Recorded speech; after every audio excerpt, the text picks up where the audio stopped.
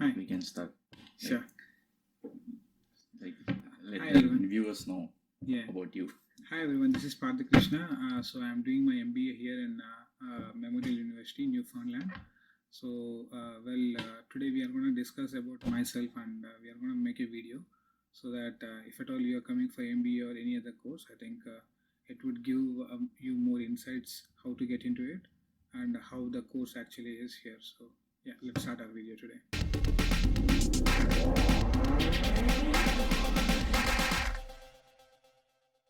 I'm Madhavan Ravi, and in this video we are going to interview Partha Krishna. You might have seen him in my previous videos in my channel or his channel. So this video will be in English because I don't know Telugu and he knows Tamil, but not in the fluent manner which we speak. So I don't know, like I know few Telugu words, but I don't know how to speak in Telugu. So we are going to speak in English. So it will be like even more wide audience, right? Yeah. For sure. Yeah, bro. For my first question, like I'm going to ask you about what is your background before you come to Canada? What was your background? I did my BTech in Welltech University. It was in Avadi, Chennai. So it was on electronics and communication. After that, I immediately got a job. In the campus placements itself, I worked for Cognizant software company. I think everybody in Chennai knows about Cognizant. So we have like 7 branches in Cognizant in Chennai, right? So I worked there as a software engineer. I got promotion thrice in less than 3 years. Everything was going fine. I worked on AWS. I worked on databases related stuff. I worked on .NET, and I also worked for some business analytics and business related stuff as well. So I always had this plan of coming to Canada, but my main interest was because I think I'm good at business. My main interest was towards business, though I am from the engineering background. So I thought, so I already have my technology background, so I'll do business so that I can get into project management or product management. Software plus business, it would be a good combination. So that's the reason I took my BTech. Plus, I'm doing my MBA here. MBA here. Okay. Why do you choose MBA in this university? Like there's like open interest. Like a lot of universities, and even there are few universities in India as well. And a lot of countries, even US, Australia. Sure. Why do you choose Canada, and particularly why this university? So let's come to why I chose Canada first. So I actually tried applying for Australia. I already went till the end. I was about to pay the fee with the education loan. That point I realized I did my research, and where my friends were saying that there is slightly comparatively more racism in Australia.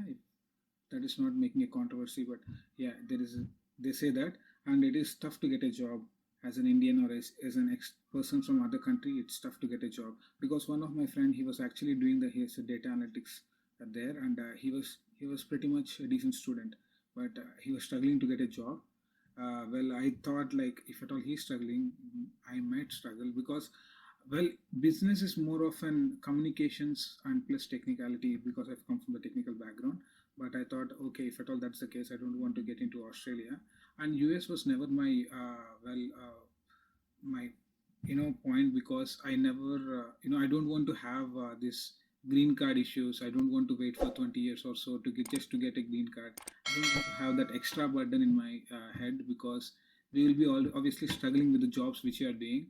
On top of that, if you have this visas kind of stuff, it doesn't let you sleep properly.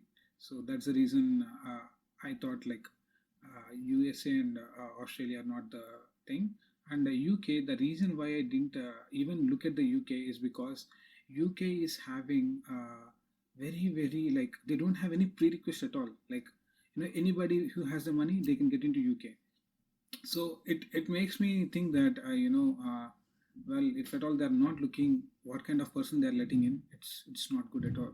And UK also has this strict immigration rules and all.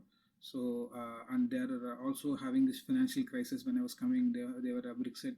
They did the Brexit, and I know it's going to impact because I was tracking it from a couple of years.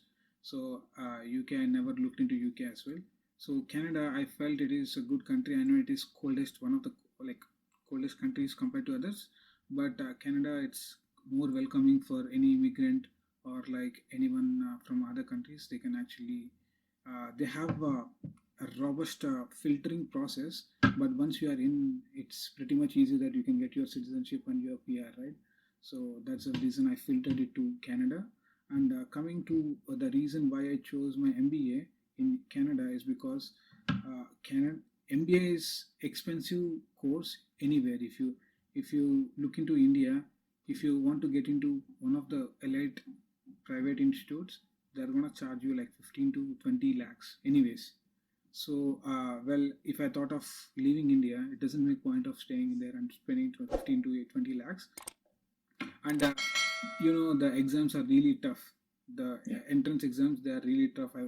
I'm parallelly working as a software engineer. I doesn't get a time at all to spend that much of time, and so I felt like I cannot do it. So and I chose, I looked at any other country as well, but they were quite expensive. And particularly the MUN, I would say, is because I filtered two things out. You should not have a lot of filters, right? Say for example, if you want to have it affordable, you feel like I need to go into the mainland. And if you feel like I need to well, I need to have it, I need to have scholarships. You should not have that kind of many filters and all. My two filters were like, it should be affordable, and it should be an university. So these two filters, MUN was able to meet the criteria really well. So that's the reason I chose MUN. Else, there were, if money was not my concern, there were other universities as well. But yeah. So most of the questions I'm going to ask in this video will be related to the statement of purpose, which we have to write for applying visa. Yeah. Like you might have figured out that these are the questions which we have to address in the SOP. Yeah. So I'm moving into the next question. Like, when did you came to Canada, and how was the process? Like, I don't want the elaborate process. Like, I know you made a lot of videos about the elaborate processes. Yeah. If you want to know about those elaborate videos, I will give the link in the description. You can go to our channel, either or any one of our channel, and you can watch the full video. So when did you came to Canada, and what was the process? I mean, you are asking about the whole process, or like not the whole process? Like, when did you start, and when did you apply? Okay. What was the difficulties when you were applying? Yeah. So, well, I came to Canada at August 28th, 2022. I was tracking MUN like from past 1.5 year or 2 years. I was thinking I'll definitely come to MUN only. So whenever the applications were released for MBA program of spring, I started applying them right away. 2022 for 2022 intake, and it was around November, or like somewhere around November 2021, I guess. So I applied them right away, and I got response on around January or so. Somewhere January or February. So once I got the response, and I had submitted my complete details on March 28th or something around that. I was done with my GAC, everything. After that, I think I got my visa approved on my birthday. It was on June 13th, 2022. So on my birthday night, it was the gift I got. So after that, I was like pretty much done. So I was booking my flight tickets after that, and yeah, I was here at around August 28th or something. So I think it's better if at all we can come a bit earlier. But tickets were crazy expensive, right? In August month, they go crazy expensive. You can accordingly look into your flights, and you can come whenever you want. Like, I applied my visa by seeing his video. And yeah, the difficulties part, I would say, you can go with any consultancy, but I was kind of a guy who is really particular about, I want to do myself, because few consultancies, they do wrong, and I want to just know my process, how it goes, and I want to do more research. So I did it my own. I had a consultancy IDP, but they were like, I just was saying what I have done, and I used to give them the information. And if they say it is okay, I used to make myself cross checked, and I used to do it by myself. So so pretty much information I know by myself. So difficulties wise, I think in every video they say differently, and it becomes a little bit difficult. And if you want to read, it's going to take forever, right? So there are a lot of documents you want to read in the IRCC portal, or like it's going to take forever. So that's the reason I made a proper like video what you will be filling in the things, right? So yeah, that's slightly difficult. And the other difficult part is that once you apply, it's going to take like 3 months to get some response, at least some response. It's going to be really like you will have a lot of tense in your mind. You are thinking whether it is going to be approved or rejected or whatever. Few people, they are courageous enough, they book the flight tickets also before getting their That's what I did. yeah. So you are different. You know that you are just strongly aware that you will get a positive response. I wasn't, because I had a lot of time in my hands as well. So I waited till I get response from the university and from the IRCC. Once I got, I started applying for my flight tickets. But you can do it though, because if you have free cancellation, you get the whole money back. Else at least they will catch some 10,000 or 20,000. Let them take it. But for that you have to pay some extra money. Yeah, yes, extra to money have for free sure. cancellation, you have to pay extra. Extra. But it is an actually kind of a good strategy, I would say. If at all you are going by last moment, better have some flight tickets. And rather than cancelling, like going for cancelling the plan, there is like if you are paying extra 5,000 or 10,000, there is an option to reschedule our flight for 5 years. That's what I did.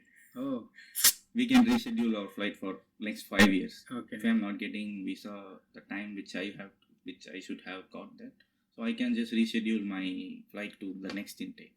Yeah. So that's what I did. But the problem here is you should not apply through the third party. It's better you apply from the flight. Say for example you are doing Air Canada, do it in the Air Canada portal itself. Else third party, those guys are not gonna give you like really proper response, and it's gonna piss us off, right? So it's better if at all we do it in the, though it is like 5,000 extra. Don't go for the cashbacks and all. Do it in the own portal. It will be really better. You get proper response from. I'll come back to the consultancy part as well. Sure. There is a few consultancy where they don't even update what is going on. Yeah. So have you been into those kind of scams? I know a person who applied through consultancy. Like their visa got cancelled, and still they are not. It's like more than 8 or 9 months. Still they haven't got their money back from the university or college which they applied. So yeah, I think these kind of things I heard before applying. So I was really cautious. I took all the credentials upon me. I didn't share any of my credentials. If at all they want to have a look at my like portal and all, that they want to look at the documents which I submitted, I used to do my own screen share and show them what I have done, right? So I used to not share them my credentials, and it's going to be my own mail, not the consultancy's mail. I get every update if at all I get some.